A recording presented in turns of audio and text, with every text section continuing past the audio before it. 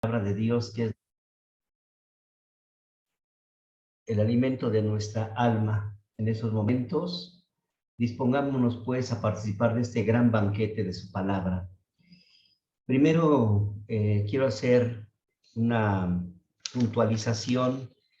El texto que vamos a meditar de San Mateo en el capítulo 5, del versículo 17 al 48, es un texto, ahí está en la pantalla, es un texto muy amplio. Repasándolo, buscando, verán, una buena interpretación, creo conveniente, ¿verdad?, que se haga en 6 partes. Es que el texto es muy amplio y muy riquísimo espiritualmente. La primera parte que vamos a ver en este momento es del versículo 17 al 19, solamente son 3 versículos, ¿verdad? 17, 18 y 19, 3 versículos. Eso va a servir de introducción. Y después viene lo que va a ser la primera parte, que va a ser la justicia nueva, que es superior a la antigua. Ahí lo tienen ustedes, miren. La segunda parte será acerca del adulterio. Es un tema importantísimo. La tercera parte es acerca del divorcio. Muchos nos preguntamos muchas cosas acerca del divorcio y creo que merece darle un espacio. El cuarto es acerca sobre los juramentos que llegamos a hacer. El quinto es sobre el responder ante el mal. ¿Cómo respondemos ante el mal? Y el último, el sexto, es amar a los enemigos. ¿Cómo amamos nosotros? ¿Realmente amamos a aquellos que nos han hecho un daño y perdonamos a los que nos han hecho un daño? Entonces está bien esquematizado estos 6 temas que creo que vale la pena darlos así por separados. Ahorita solamente daríamos la introducción y después, si ustedes me lo permiten, creo que podemos darlos cada 8 días los sábados a esta misma hora, y si podemos agarrar, para no hacer muy extenso el contenido que se tiene, podríamos dar 2 o 3 temas, ¿no? Pero a mí me gustaría no juntarlos, sino darles su espacio a cada uno de ellos. Entonces vamos a tratar de que este espacio sea conveniente para cada tema. Entonces me gustaría que la próxima semana, el sábado, igual a las 8:30, podíamos tomar 1 o 2 temitas nada más. Y el siguiente sábado, va a ser todos los sábados ahorita, porque estoy tomando un diplomado acerca del diaconado permanente. Entonces ya no puede ser los miércoles, sino va a ser los sábados 8:30. Entonces podríamos tomar estos temas así con su espacio exclusivamente a cada uno de ellos, si ustedes me lo permiten hacerlo así. ¿Cómo ven? ¿Creen que sí estaría bien? Sí, está bien. Tomar estos temas así por separados. Sí, padre, sí está bien. Sí. Bueno, entonces, para no atrasarnos mucho, bueno, vamos a empezar. El primero, entonces, ahí está, es la introducción, ¿verdad? Ya simplemente la introducción nos vamos a dar cuenta cómo es riquísimo, es toda una gama, un mosaico espiritual. Entonces vamos a tratar de buscar lo que más podamos nosotros entender y sobre todo hacer que esta palabra cuaje, llegue a nuestras vidas. No solamente podemos escucharlo y decir, ay, me gustó, ¿verdad?, sino que ahora pensemos que nos hemos caminado, pero que ahora nos pide un poquito más el Señor a través de esta lectura, ¿verdad?, del capítulo 5, versículo 17 al 19. Primero quiero puntualizar, dice, ya conocemos a los distintos miembros del reino de Dios. Ya los conocemos, se dijeron en las bienaventuranzas. Y decía Jesús en las bienaventuranzas, Bienaventurados los pobres, ¿verdad? Es un miembro, ¿verdad?, para recibir el reino de Dios. Bienaventurados los mansos, bienaventurados los que lloran, bienaventurados los que tienen hambre y sed de justicia, bienaventurados los misericordiosos, bienaventurados los limpios de corazón, bienaventurados los que trabajan por la paz, bienaventurados los que son perseguidos. Esos son los miembros, los elementos que nosotros tenemos que tener muy en cuenta. ¿Quiénes son los que pueden recibir el reino de Dios? Sabiendo, ¿verdad?, que el reino de Dios no es un lugar. El reino de Dios es la persona de Jesús. Entonces, para que nosotros podamos recibir ese reino de Dios, es decir, la persona de Jesús, pues tenemos que hacernos primero mansos, misericordiosos, ¿verdad? Es lo que se nos pide. Ahora, para que nosotros encontremos elementos para hacer lo que se nos pide, para ser misericordiosos, para ser mansos, dice que tenemos que nosotros saber a qué misión estamos llamados. O sea, nosotros vamos a conocer, pero también es que nos van a mandar. Nos va a mandar Jesús. Es decir, Él te llama, te instruye, y después tú vas a ser un elemento principal en el cambio de la vida, en el cambio de cómo podemos nosotros vislumbrar la presencia de Dios.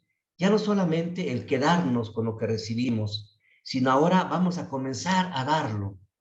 No tanto el que nos pongamos en las esquinas o en nuestras casas, ¿verdad?, agarrar nuestra Biblia y comenzar a hablar de Dios. No. Esas cosas ya no funcionan. Lo que funciona en nosotros es el testimonio. Dice que el testimonio dice más que 1000 palabras. Entonces, si tú has recibido, has sido instruido, bueno, pues ahora tienes que darlo. Que nada quede oculto, que todo llegue a saberse, que se proclame, que se grite, ¿verdad? Pues la forma de proclamarlo, de gritarlo, pues es a través de nuestro testimonio. Entonces, esa va a ser nuestra misión. Tenemos que construir una realidad como verdaderos discípulos y misioneros de Jesucristo. Esa es la realidad que nosotros perseguimos, ser verdaderos discípulos misioneros de Jesucristo.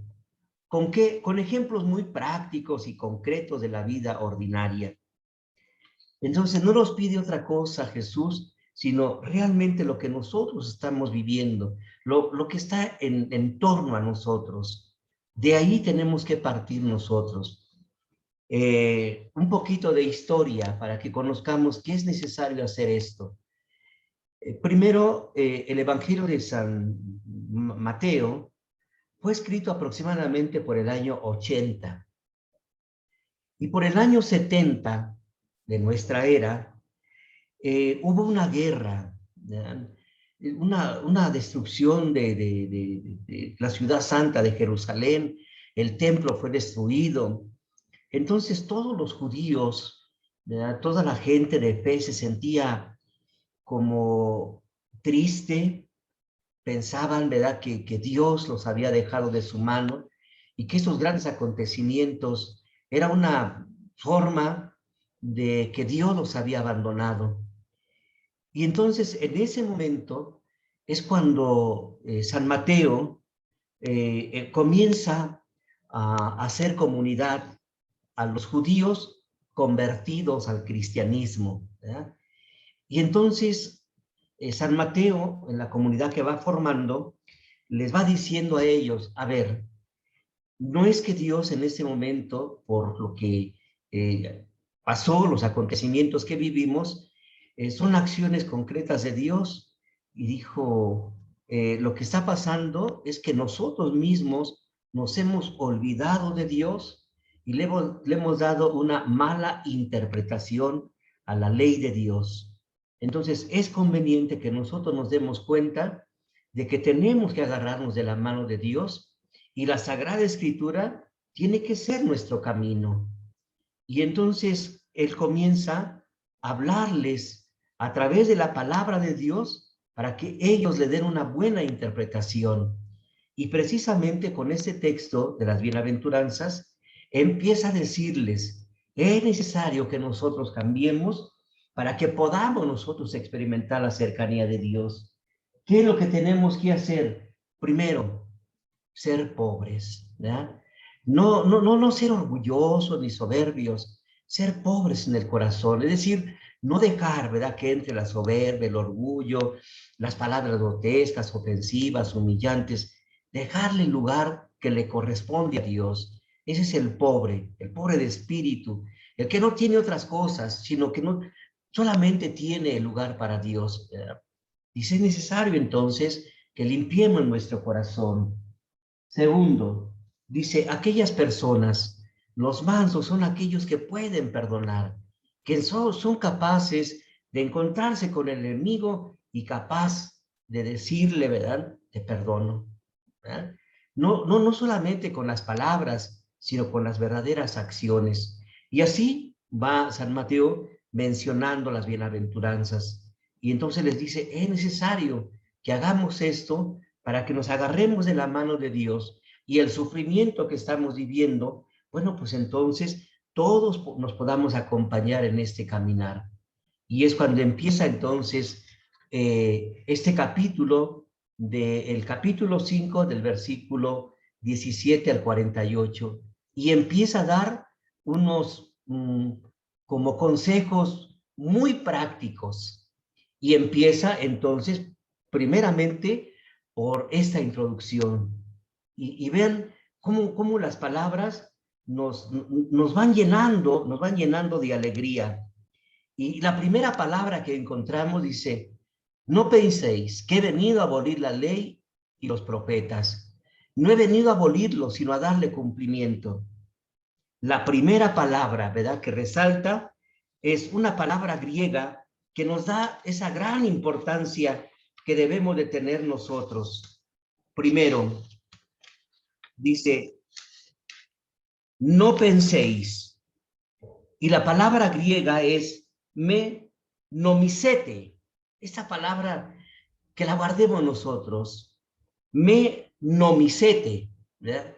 No penséis. ¿Qué quiere decir con esta palabra? Me nomicete. Esta expresión expresa claramente su conciencia y su voluntad mesiánica de Cristo. ¿Qué quiere decir? Que él tiene una conciencia plena. Jesús tiene una conciencia plena de que él es el enviado del Padre. Y que no lo envió a la tierra para unas vacaciones, ¿verdad?, en Acapulco, en Puerto Escondido, en Cancún. No. O sea, lo envió para salvar al mundo. Entonces, ¿qué quiere decir? Que Jesús tiene una conciencia clara de su mesianismo, conciencia clara de ser hijo de Dios. Y ahí muchas veces nos preguntamos nosotros, oiga, ¿y Jesús tenía conciencia clara de que él era Dios? Claro, él tenía conciencia clara de que era Dios. ¿Ya? Nada más que dejaba actuar no solamente la presencia de Dios, sino la presencia humana, su humanidad. Y de ahí inmediatamente nosotros nos damos cuenta que Jesús goza de dos naturalezas, una naturaleza humana y una naturaleza divina. Y esa unión de las dos naturalezas se le llama unión hipostática. Esto es algo sorprendente. Dos naturalezas de las que goza naturaleza humana, naturaleza divina. Y por eso nosotros llamamos entonces al Yeshua, lo llamamos Jesús Cristo. Y siempre nosotros decimos Jesucristo. Pero ahí están las dos naturalezas. Naturaleza humana, Jesús, naturaleza divina, Cristo. El Jesús de la historia, que nació en un tiempo, en un lugar, ¿ya? Y el Cristo de la fe. Ahí están las dos naturalezas. Y podemos poner, ¿verdad?, varios textos donde Jesús tiene conciencia de su naturaleza divina. Vamos a poner un ejemplo. cuando Jesús perdido y hallado en el templo. Dice que María ya le había llegado el tiempo de regresar y que ya llevaban, ¿verdad?, 2 días de camino y se dio cuenta de que el niño no estaba con ellos. Y lo primero que hizo fue regresar al templo, ¿verdad?, a Jerusalén. Esto, ojalá, ¿verdad?, que lo podamos en un momento determinado explicar, ¿verdad? Esos son textos hermosísimos. ¿Cómo María, una mujer de fe, la que había elegido Dios, en ese momento se queda sin la presencia de Dios? Es increíble, ¿eh? Y lo primero que hace María es irlo a buscar y lo encuentra en el templo, ¿verdad? También es una explicación hermosísima, pero ya llegará su tiempo. Y al tercer día lo encuentra, ¿verdad? También el tercer día es una explicación bellísima.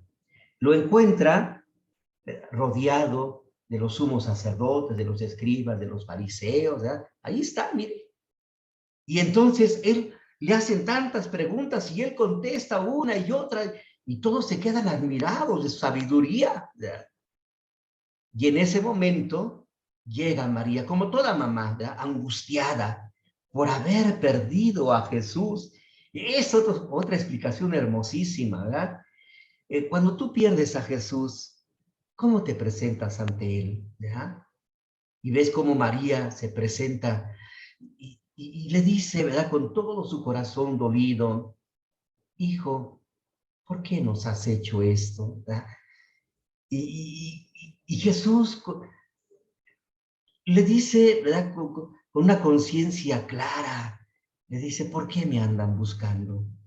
Que no saben que debo ocuparme en las cosas de mi Padre. Ahí está su conciencia divina. Jesús sabía que era hijo de Dios, ahí está. Que no saben que debo ocuparme en las cosas de mi Padre. Entonces tiene conciencia de su divinidad, tiene conciencia de que Él es Dios, ¿verdad? Y que en ese momento Él quiere que entiendan que el que está presente en medio de Dios es la presencia de Dios. Pero los escribas y fariseos no lo alcanzan a vislumbrar, ¿verdad? Solamente se quedan en ver un niño inteligente, sabio, pero no van más allá. Y por eso Jesús, en estas primeras palabras, dice con esta expresión, meno misete, ¿verdad? Ahí está. No penséis, ¿ya? Meno misete. No penséis. Esta expresión claramente da a entender su conciencia y su voluntad mesiánica de hacer que la ley alcance su verdadero objetivo, que por él, por Jesús, fue promulgada y se ha dado para la vida y que nosotros tenemos que darle cumplimiento. Y aquí, entonces, nos vamos a dar cuenta de algo grande. Dice, la palabra de Dios fue dada a Moisés para hacer una ley liberadora, ¿verdad? Y estamos hablando de los 10 mandamientos. Como Dios le otorga su palabra escrita a Moisés para liberar al pueblo de la esclavitud. Y ya conocemos los mandamientos, ¿verdad? Amarás al Señor tu Dios con todo tu corazón. No jurarás en nombre de Dios en vano. Santificarás las fiestas. Honrarás a tu padre y a tu madre. No matarás. No cometerás actos impuros. Bueno, ya los conocemos, ¿verdad? 10 mandamientos. Bueno, de esos 10 mandamientos, los sumos sacerdotes, los escribas, los fariseos, llegaron a ser más de 613 preceptos. 613 preceptos. Ya no era una ley liberadora, era una ley que esclavizaba. Entonces, Jesús les dice, ustedes, ¿ya?, hacen a un lado el mandamiento de Dios y se aferran a seguir los preceptos humanos. ¿Qué quiere decir? Que no les están dando cumplimiento a la ley. Hacen a un lado el mandato de Dios y se aferran a las cosas humanas, ¿verdad? Y Jesús les dice algo muy, muy fuerte, ¿verdad? Qué bien profetizó Isaías sobre ustedes, hipócritas. Una palabra muy, muy fuerte, ¿verdad? Simplemente al escucharla nos sacude, ¿verdad? Imagínense en este momento que a alguien se le diga, eres un hipócrita. Oh, no, es un motivo fuerte hasta de pelea, ¿verdad? Entonces, hipócrita se divide la palabra en dos partes, hipo y cripta. Hipo quiere decir máscara y cripta podredumbre. Entonces, quiere decir que ellos, escribas, fariseos, sumos sacerdotes, se ponían una máscara para cubrir, ¿verdad?, su podredumbre del corazón. Y aquí es algo muy fuerte para nosotros, que a veces podemos tener una piedad, ¿verdad?, falsificada, una falsa piedad. Que nosotros estemos participando, ¿verdad?, de la celebración de una forma muy piadosa, pero nuestro corazón esté tan separado de Dios. Es muy fuerte esto. Entonces Jesús dice con esta expresión, no penséis, me nomicete, no penséis que yo he venido, ¿verdad?, a abolir la ley, ¿verdad?, como lo están haciendo. No, yo vengo a darle cumplimiento. Es decir, les anuncio, ¿verdad?, que soy el enviado del Padre y que tengo que ser obediente y obediente hasta la muerte. Esto es algo muy, muy, muy bueno para nosotros, el saber que hay alguien que nos va a mostrar el verdadero camino. Se estaba desviando el camino de Dios.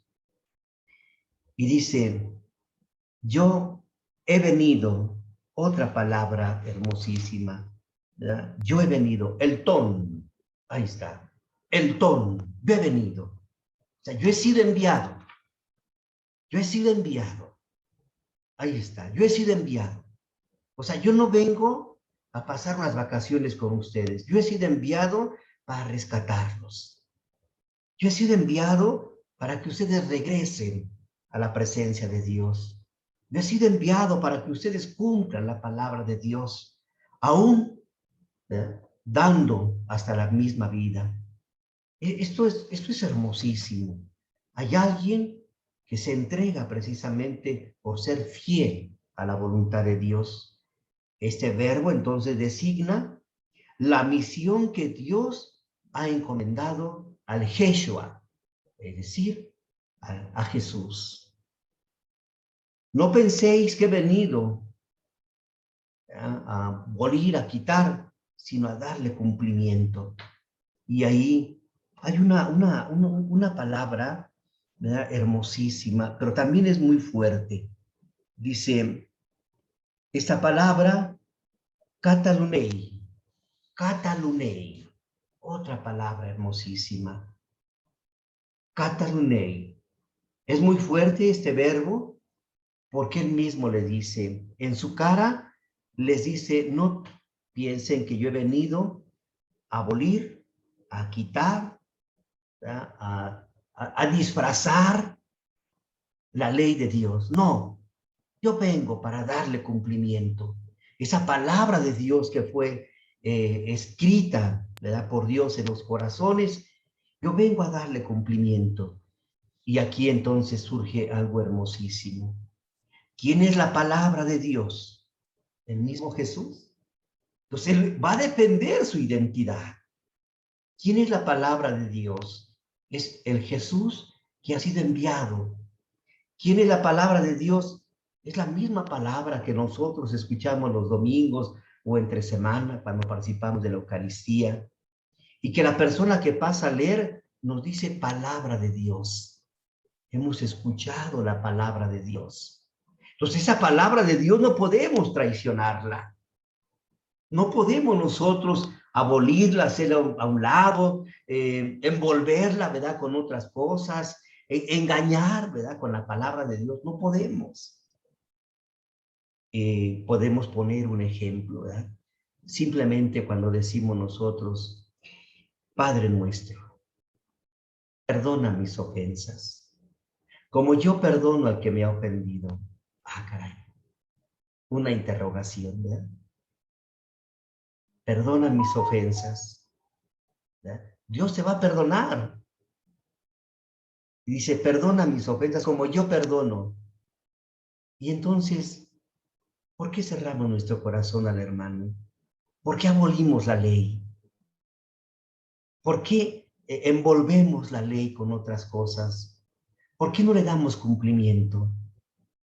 Y muchas veces hemos adoptado, acuñado palabras, ¿verdad?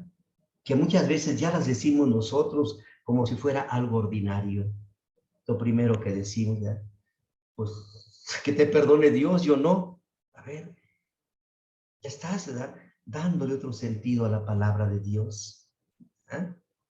Otros, ¿verdad? Llegamos a decir, sí, te perdono, pero no olvido lo que me hiciste.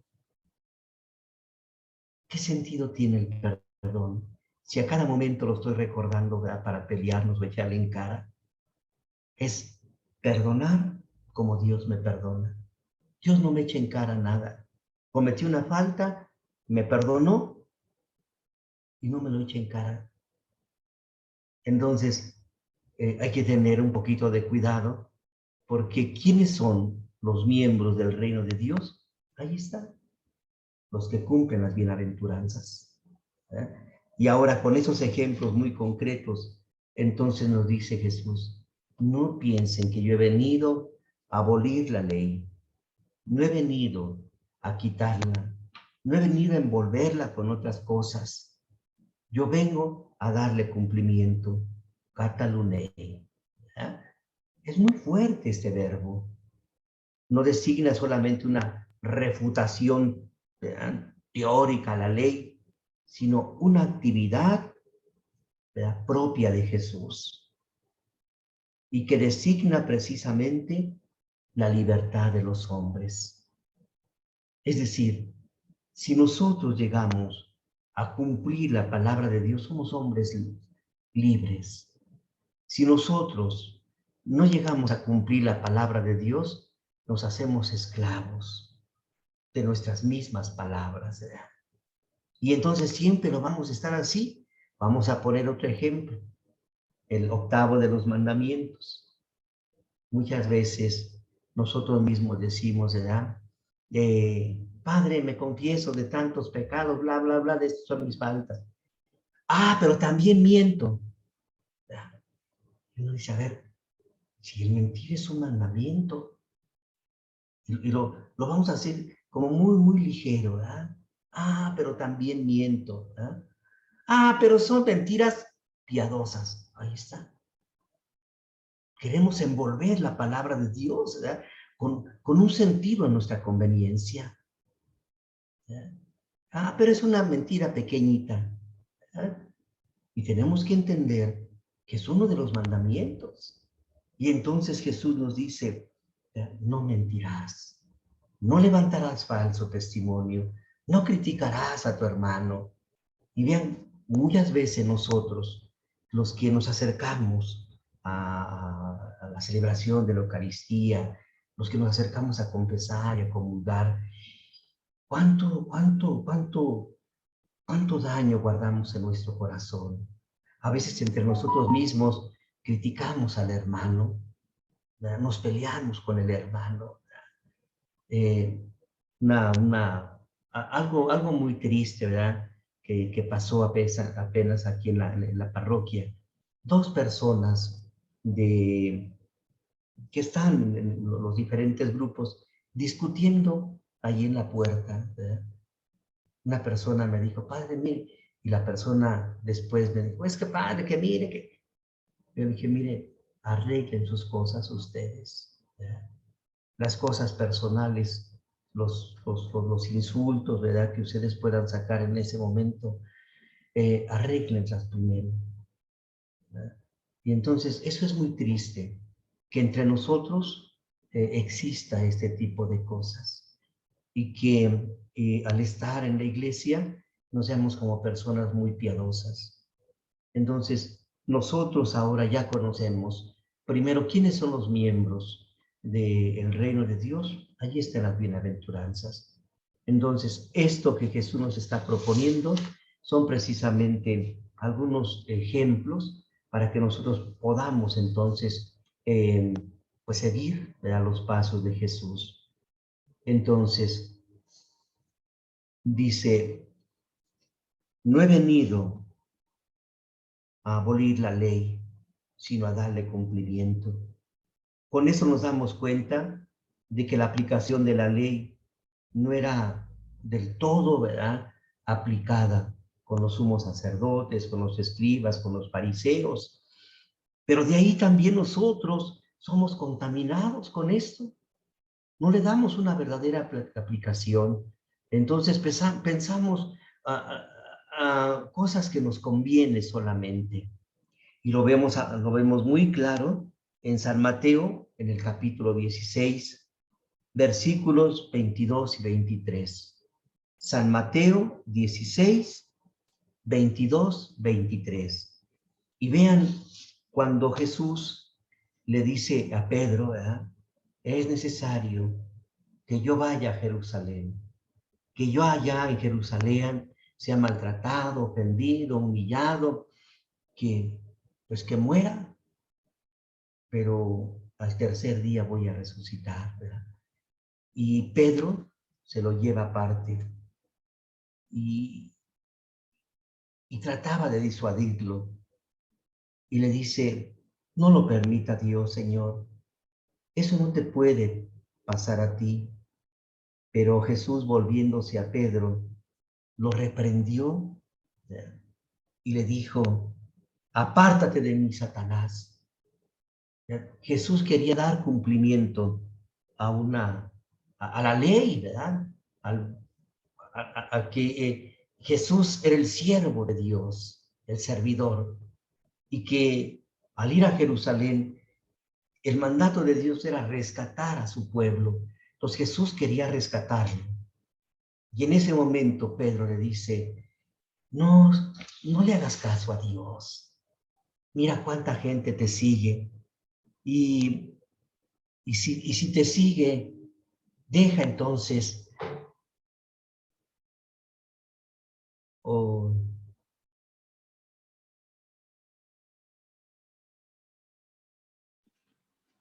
la gente te sigue, deja que la gente te haga rey. Y Jesús, pues molesto, ¿verdad?, porque lo quería hacer que tropezara en su misión, que no cumpliera la ley, que no fuera el siervo de Dios, que no fuera maltratado, ofendido, humillado, que no lo rescatara. Y entonces Jesús, volviéndose a él, le dice, apártate de mí, Satanás. Es una palabra muy fuerte, es una de las palabras más fuertes que encontramos en la Sagrada Escritura, como a una persona que lo había reconocido como el Hijo de Dios, tú eres el Hijo de Dios, ¿verdad?, ahora le dice que se aparte de él. Esto es muy feo para nosotros. Llegamos a reconocer a Jesús y que en un momento determinado se nos diga, apártate de mí, ¿verdad? Porque no quieres que yo cumpla la voluntad de Dios. Ahora, imagínense si esas palabras las aplicamos para nosotros. Que nosotros mismos no hagamos la voluntad de Dios. Que nosotros hagamos, ¿verdad?, lo que más nos conviene a nosotros. Que manipulemos la palabra de Dios, ¿verdad?, como el ejemplo que les decía, ¿no?, del Padre Nuestro. Padre, perdona mis pecados, como yo perdono al que me ha ofendido. Hay que reflexionar un poquito entonces acerca del perdón, ¿verdad? Entonces, esto pues tenemos que tenerlo muy presente. Entonces, Pedro vive este acontecimiento. Imagínense cuando Jesús le dijo, apártate de mí, Satanás. Hijo, él se ha de haber sentido muy triste. Hijo, creo que la regué. Creo que pues, estoy tratando, ¿verdad?, de que Jesús no cumpla la voluntad del Padre, ¿verdad? Y bueno, pues lo más importante es que en nosotros hay existe el arrepentimiento, ¿verdad? Y Jesús está dispuesto siempre a perdonarnos. Entonces, esto implica, ¿verdad?, que la ley pues tiene que cumplirse. El cumplimiento de la ley nos lleva precisamente a que nosotros sigamos los pasos de Jesús.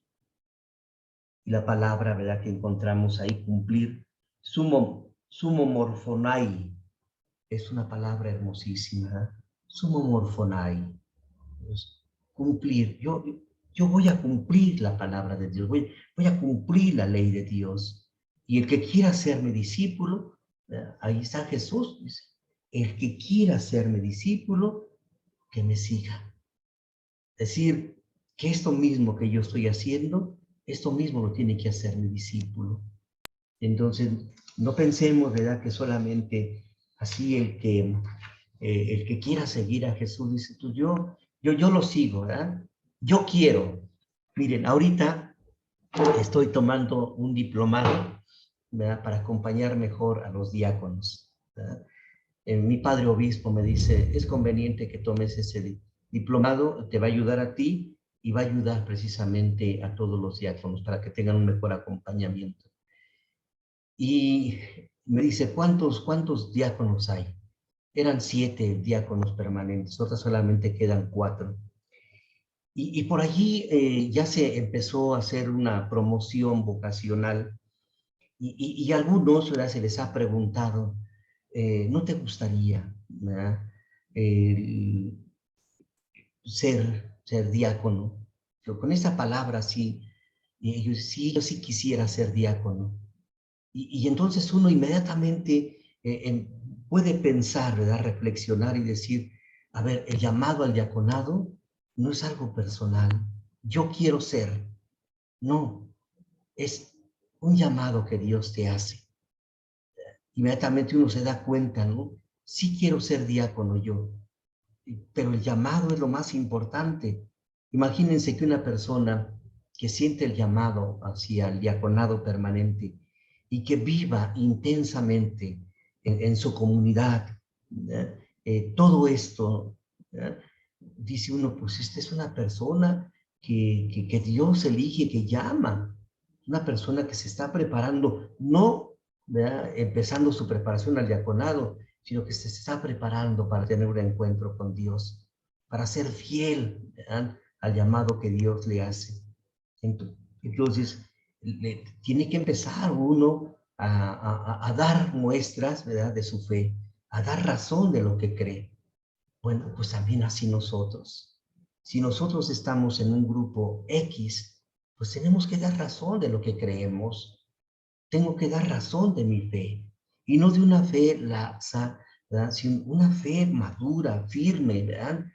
Una fe que nos haga crecer, no una fe disfrazada, sino una fe verdaderamente sólida, permanente, que sea capaz, ¿verdad?, de ir buscando, ¿verdad?, los pasos de Jesús, seguir a Jesús, ser verdadero discípulo misionero de Jesús.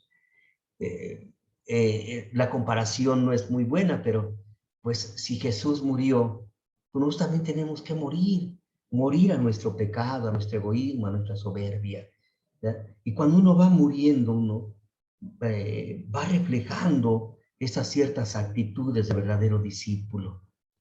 Pues, queridos hermanos, esta es la introducción, ¿verdad?, que nosotros hoy podemos dar. Hay más cosas, ¿verdad?, que podemos decir ahí. Vean, nada más, fíjate, se dio el primer versículo y dice, yo les aseguro que el cielo y la tierra pasarán, pero antes de que pase, ¿verdad?, una i o una tilde, todo tiene que cumplirse. ¿Qué quiere decir? Que todo lo que está escrito tiene que cumplirse. ¿Y quiénes son los que van a cumplir? Nosotros. Somos los únicos que tenemos que cumplir la ley, pero una ley verdaderamente, ¿verdad?, como ha sido promulgada, no a nuestra conveniencia. Y dice, por lo tanto, el que traspase uno de estos mandamientos más pequeños y así lo enseña a los hombres, será el más pequeño del reino de los cielos. ¿Qué quiere decir esto? Que no será nada. Aunque nosotros, ¿verdad? Hagamos muchas cosas, pero si nosotros enseñamos una ley torcida, no vamos a hacer nada ante Dios. Podemos estar toque y toque, Señor, ábrenos. Señor puede decir, no te conozco. En cambio, el que observa y los enseñe será grande en el reino de los cielos. Es decir, Jesús abrirá sus brazos para él, porque está siendo fiel a la palabra de Dios, a la ley de Dios, está siendo fiel a Jesús. Y el verdadero discípulo es aquel que pone en práctica lo que ha recibido. Pues, queridos hermanos, creo que esto es lo que hoy en la introducción nos da. La próxima semana, que sería el sábado a las 8:30, entonces veremos unos textos hermosísimos. Primero, la justicia nueva superior a la antigua. Y lo vamos a ver eso en el mismo capítulo, ahí está, en el mismo capítulo 5, pero vamos a ver solamente el 20 al 26. Bien. Y si nos da la oportunidad, entonces veremos el segundo, que va a tratar acerca del adulterio. Es un tema hermosísimo, del 27 al 30. Ojalá que esos dos temitas los pudiéramos ver. Y después, mire, el tercero dice sobre el divorcio. El cuarto, sobre los juramentos. El quinto, sobre cómo responder ante el mal. Y el sexto, cómo amar a nuestros enemigos. Entonces, son temas muy importantes que nosotros tenemos que digerir. Son los consejos que nos da para que nosotros recibamos el reino de Dios, es decir, la presencia de Jesús. Pues esperemos, ¿verdad?, que Dios nos conceda esta gracia. Bueno, pues